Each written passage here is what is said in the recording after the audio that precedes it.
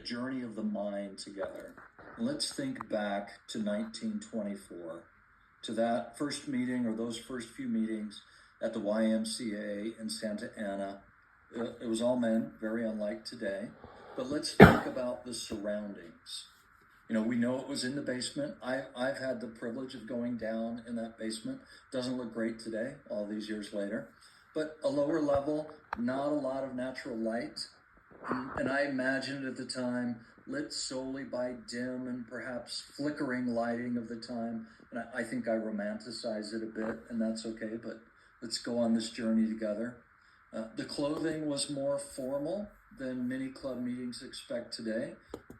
In one of the early photos that we have in 1925, the men are all wearing three-piece suits and either long neckties or bow ties, and I almost wore a bow tie tonight just to give a little bit of throwback respect to what they were wearing.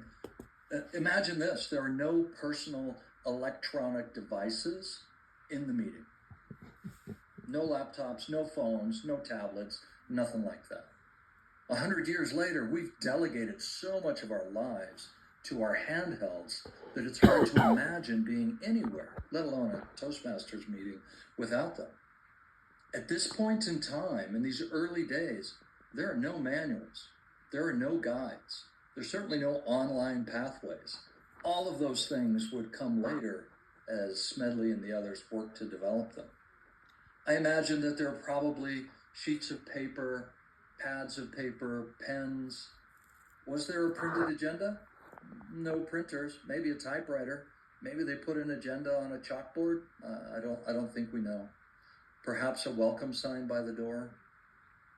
Everyone was in the room, certainly. No remote attendees.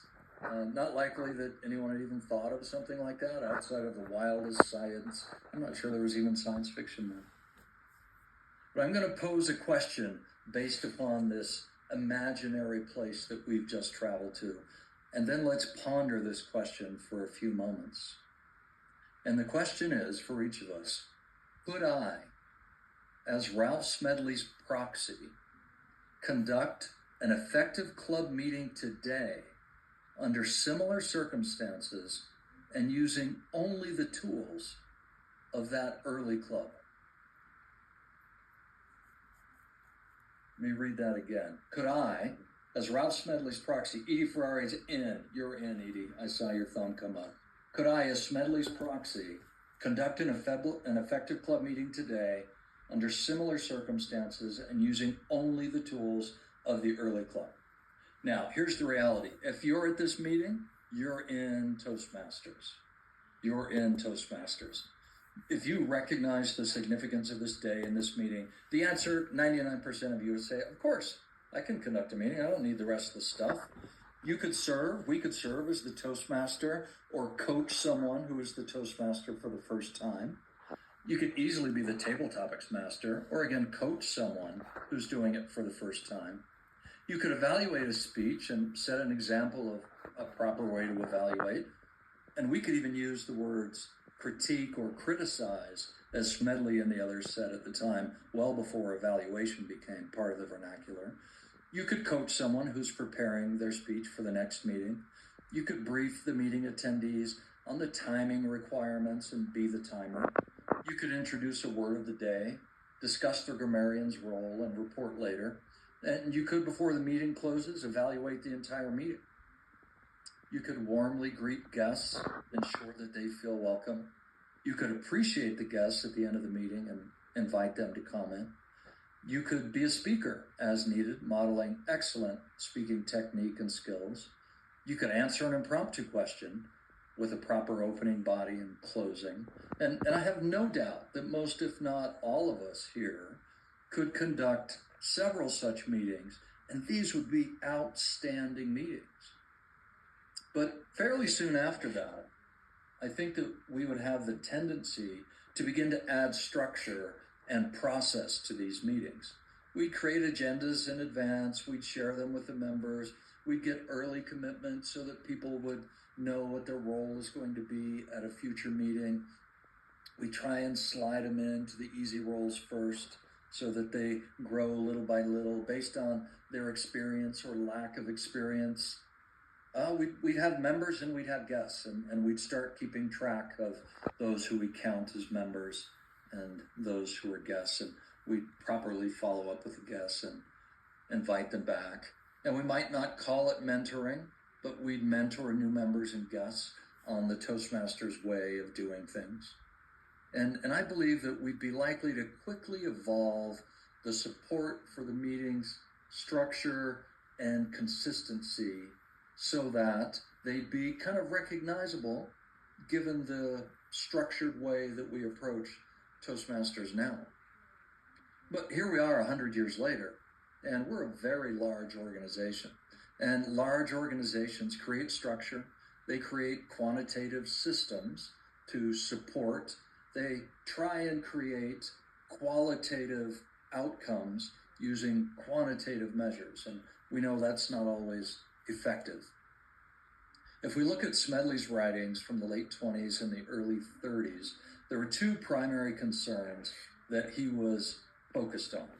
And the first was that Toastmasters clubs were suddenly appearing in communities that he and the core group of members didn't know anything about. Toastmasters clubs were popping up, calling themselves Toastmasters clubs, and they were using the processes in the Toastmasters name, and he and the others weren't happy about it. Another thing that happened simultaneous with this is that as club meetings proliferated and the member experience started becoming inconsistent, he was worried that this would damage Toastmasters' reputation. And I think today we'd likely talk about this in terms of brand consistency, right? Different phrasing than he used at the time. But think about it. From 1 or 2, 3, 4, 5, 6 clubs, there were 20, and then there were 50. And they were concerned about the periphery and concerned about the primary thing that I believe is the most important thing in the organization today, and that is the member experience that is driven by a quality club meeting.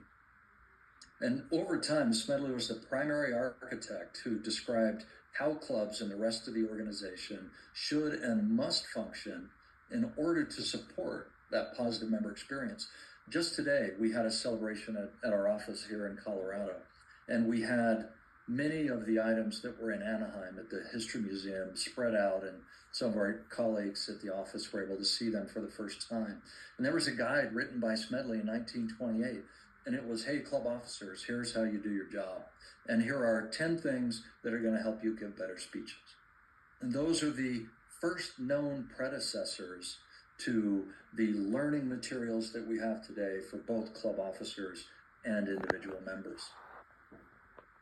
Now, sadly, I'm confident that each of us here can think of at least one club whose meetings wouldn't meet our personal expectations in terms of a quality club meeting. And I'm not going to ask you to raise your hand, but all of us know one of those clubs. Hey, Rich Hopkins. Hi, man. Good to see you. So the Toastmasters Club, this club, the original club, and each club has always been, and in my mind must always be, the heart of the organization. This was true in the 20s, true today, and in my mind, true tomorrow. When an individual applies for membership and joins a club, their primary relationship is with that club. The club has responsibility to them, and they have responsibility to the club. And if you're the kind of person who looks at the fine print and the governing documents, you know that technically an individual joins a club, and that club is a member of Toastmasters International. Now, later on down the road, that member may become aware of things like areas to